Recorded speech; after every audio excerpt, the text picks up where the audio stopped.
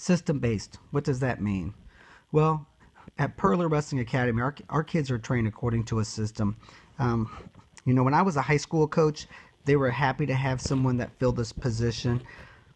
But, ultimately they didn't really care if we won or lost. When you're off on your own, like I have been since 1999, running camps nationwide and coaching our academy full time. If my kids don't win, I don't have a job. So I get very organized. 1.5 decades ago, have a great system in place. And think about building a deck. If you just grab boards and nail them together, you can probably have a deck, but you can build a deck cheaper and stronger, and that will be safer in the end if you just went to Home Depot and got a set of blueprints. We train our kids according to a set of blueprints. Consider this. 90% of your points comes from 10% of the wrestling. Now, we're not talking about half Nelsons and basic double legs. And I mean, that's introductory wrestling. We're talking about core wrestling techniques. Sure, some of that's what comes into play, but for the most part, our idea of basics is probably different than most people's idea of basics. We're talking about core wrestling. Think about a pyramid. The bottom area of the pyramid is going to be the foundation, and that's not just wrestling techniques. We're also talking about, strategies.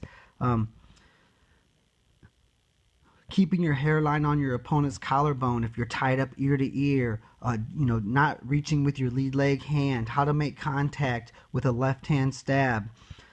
You're only in a squared stance maybe 5% of the wrestling match. All of these things do come into play, as well as the strategies. For me to beat somebody in live wrestling in practice for 15 minutes or 20 minutes, and for me to beat them in a 4.5-minute youth match or a 6-minute high school match, those are two different sports. Some of us do very well in practice, but not very well in competition because we don't really understand that, you change the way you wrestle in matches than you do when you're in practice. And even period by period, according to the time and score, you need to change the way you wrestle. These are all things that really are overlooked until you get around the best coaches in the world. And these are things that we studied in my time at Oklahoma State, where we were on 3 NCAA championship teams. These are things that we learned and mastered.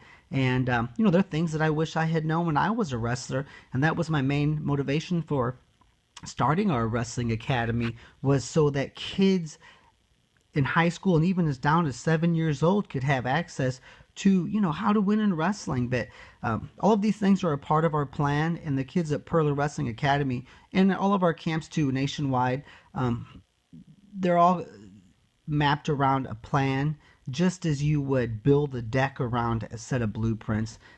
That way there's no time wasted. The kids get really good really fast, and that's the goal. Just by working hard, they're going to get better, but we want to kind of push the envelope of improvement. The pace of improvement is what we're after, and varies from wrestler to wrestler, but I'm going to do my part. I do know that.